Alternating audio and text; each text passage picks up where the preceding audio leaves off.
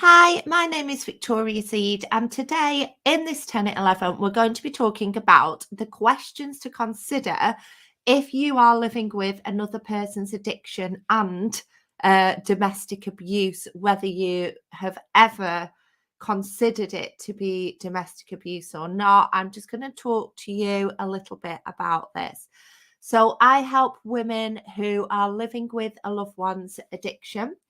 And sometimes, quite a lot of the time, there are also problems around abuse, um, domestic abuse, emotional abuse. There's all sorts of things that correlate with substance use.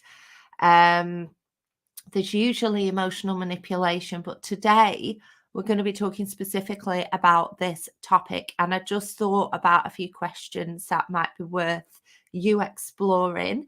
And it is a really sensitive issue, this. So if you feel like you need any help and support around this, please feel free to drop me a message. It doesn't matter whether you want to get my help or not. That doesn't matter.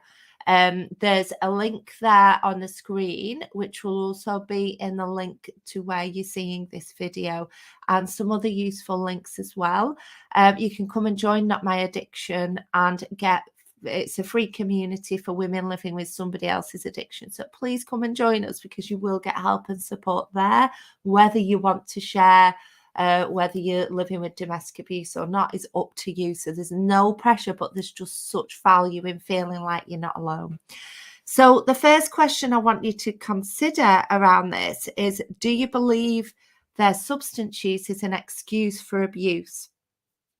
So I have been in an abusive relationship, and I truly believed that because when my partner drank, he was violent, and that was the pattern of behavior. There was other forms of abuse.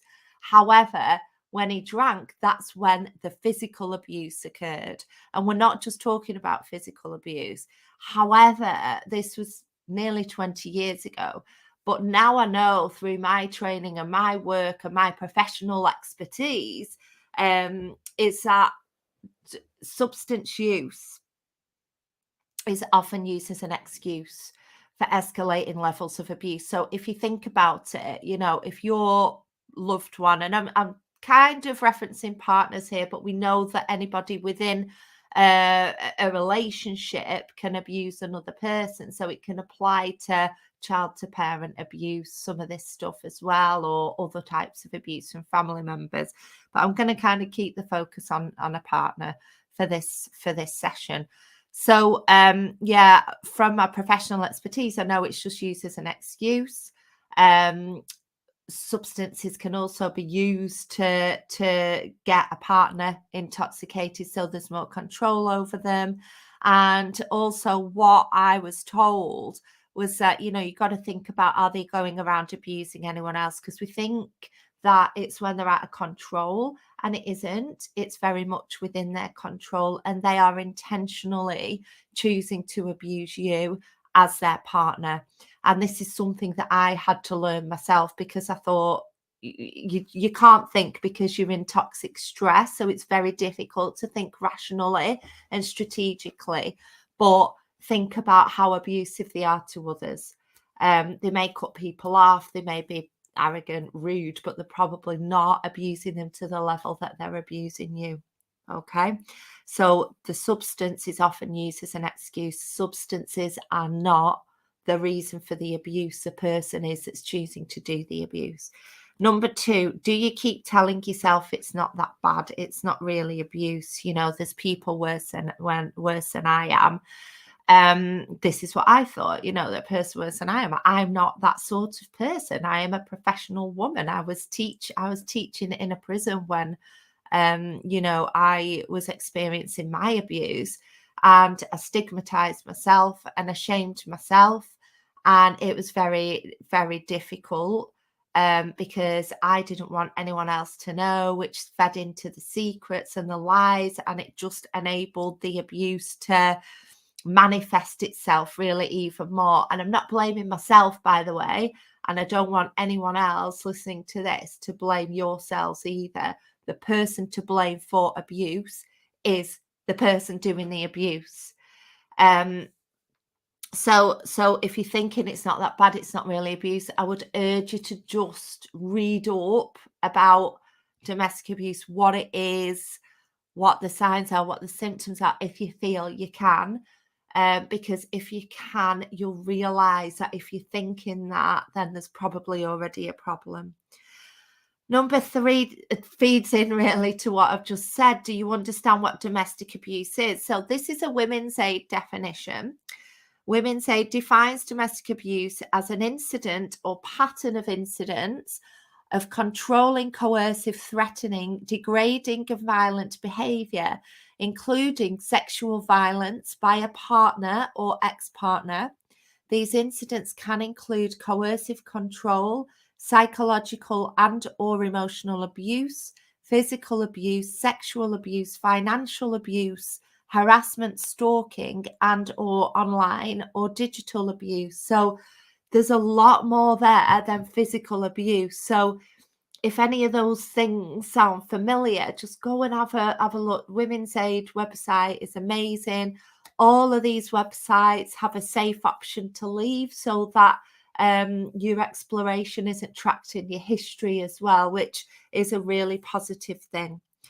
Number 4 is the perpetrator accepting responsibility and accountability for the abuse. So I've managed services in the public and voluntary sector, and I'm a safeguarding trainer and consultant as well.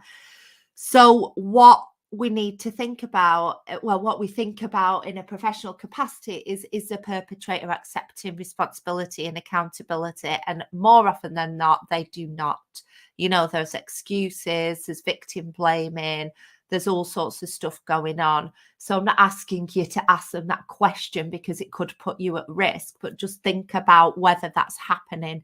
You may well see a pattern that I saw, like, you know, the day after a physical incident, which was always when he drank, because that was the control, that was the excuse. The next day would be apologies and what felt like, you know, it would change. And I even got the timing, it was always. So the next morning there was still chaos and abuse going on. But then at 3 o'clock the next day, the apologies would start coming in. And the apologies came from the fear of me telling people. I know that now, I didn't know that then. So it was another element of control. It was an emotional manipulation tactic. So yeah, usually you know when, if they're taking responsibility and accountability, because they go and get some help.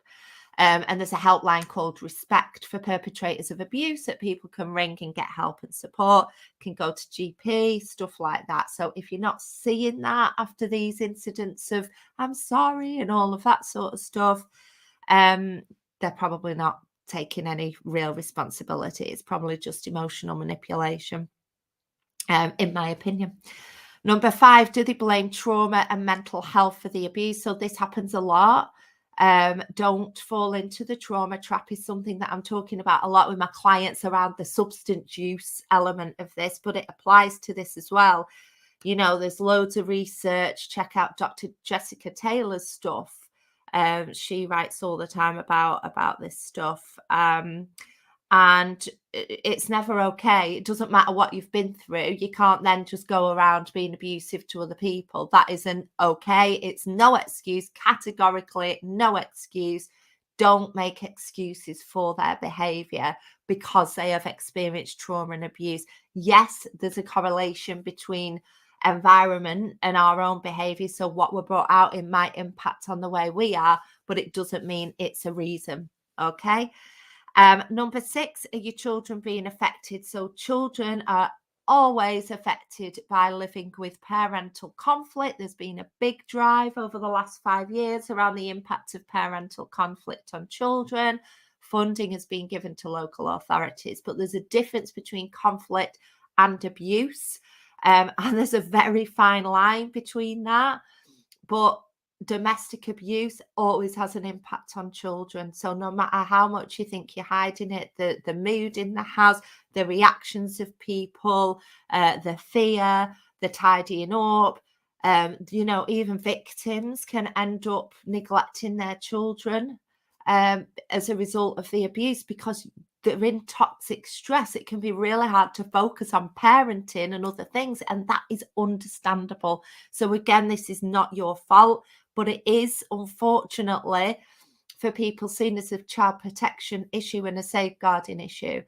Now, that can feel scary, but what I would say is, you know, if you are in this situation and those services get involved, it is beneficial to have other people keeping an eye on the perpetrator of abuse and supporting you as somebody that is being abused. Okay. So please don't be scared of that. Number 7, are you able to create a safety plan? So perhaps, you know, what I say to my clients is just pack a bag with important documents, leave it at somebody else's house or in a work locker or wherever, so that if anything happens and you do need to go, you've got some emergency stuff for you and your kids if necessary, to keep yourself safe. And again, if you feel like you are unsafe, please don't hesitate to contact emergency services. I know it feels scary. I know that because I've been there myself. But nothing is worth risking your safety, your children's safety, if you've got them, you know, just because you're worried about what's going to happen or getting them into trouble. And I know that from experience. Okay, so please use your emergency services. And there is guidance on Women's Aid again to create an emergency safety plan. If you want to go through that with me, I'm more than happy to give people my time to talk through this. I'm no expert in domestic abuse. These services that I'm talking about are the experts, but it is a big part of my work and I've had training on it and I've experienced it as well. And number 8, can you think about getting some help and support? So I'll drop the numbers in for National Domestic Abuse Helpline and Women's Aid. And before anyone says anything, this is directed to women because I work with women. There is also men's support as well, but I'm not talking about that today. So if you need help, please, you know, with your loved one's substance use and associated problems, please come and join the community. Just search Not My Addiction in Facebook. It's amazing. It's full of wonderful women. And don't be alone. Please reach out for help if you can. It's not your fault. Do not blame yourself for any of this. The person that is perpetrating the abuse, they are to blame. And if you can reach out for help, if it feels okay to do it, please do in any capacity, even if it's at work, even if it's, you know, on a helpline at your GP, anything. People are trained to deal with this. So yeah, don't be alone. I was in my relationship for 2.5 years, which is a relatively short time compared to what other people experience, but that was long enough. You know, that was long enough, and luckily I got out of it. So speaking from experience, lived experience, speaking from professional experience, hopefully, you know, you might be able to consider these questions and find a way out of your situation, or at least get some help. Okay, I'll see you next week. Bye-bye.